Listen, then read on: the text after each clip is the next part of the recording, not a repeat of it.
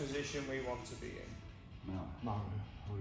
Back control. Yeah, so back control. You know, we can back control, hooks in, face down. Yeah, that's probably the best position to be in. Okay.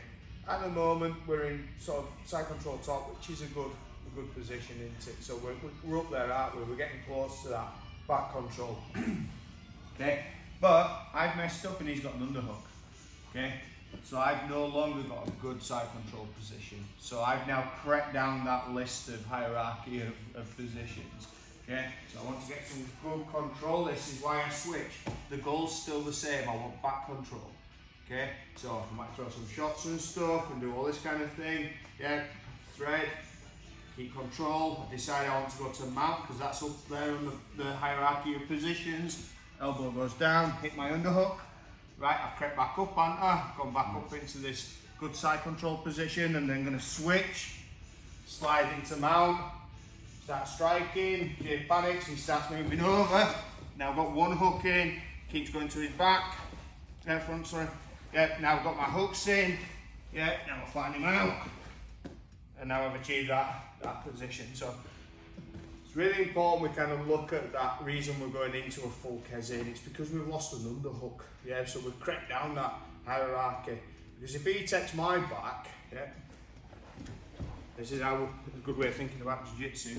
He hits his underhooks, I miss my control. He's crept all the way to the top. Yeah, so he's now in that position that I've had to take 4 steps to get to because I've just missed that underhook and I've missed that head control. That makes sense? Yeah. Cool. Okay. So let's have a look at some submissions from this position. So we'll go back to broken kezi to begin with. Okay, because this is the easier place to get some good solid submissions. So I've switched, I've got into here. So we've got lots of like, not cheap, but they are. Okay, because you don't have to do an awful lot to get the submissions, and a lot of the time anything that's cheap usually doesn't last very long. Okay, so this is why I call positions like this cheap submissions, because I can start coming down and just putting a bit of an arm lock on his arm. So I'm putting the crook of his elbow, yeah, into here, and I'm just pressing down. Now Jason can lift up, so that can be a little bit harder to get. If I get my weight in a better position where I come up, this is a lot harder for him to defend because he can't lift up as high. Okay, so I can still hit that kind of straight arm lock. I've never hit really an arm lock from that position. Where I've hit it is where I've had that good control, I've had that knee underneath, and I've just had that arm there. So that's 1. Okay, 2. Yeah, you move the leg away and you start bending the arm. Okay, to go here. Okay, and into a Kimura. Sorry, Americana. Okay, so that's 2, okay. 3, start switching into my crucifix position. From an MMA point of view, sorry, this is where we can punch and start looking to attack on the opposite side. Yeah, so that's 3, okay. So we're just going to use this as a little bit of a floor drill. The floor drills are good to practice the theory and to have a pattern and to develop a game plan, but realistically, the way that you develop your skill set in a live situation is by resistance.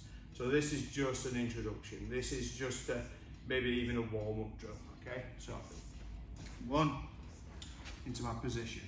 Yeah, 2, make sure. Yeah.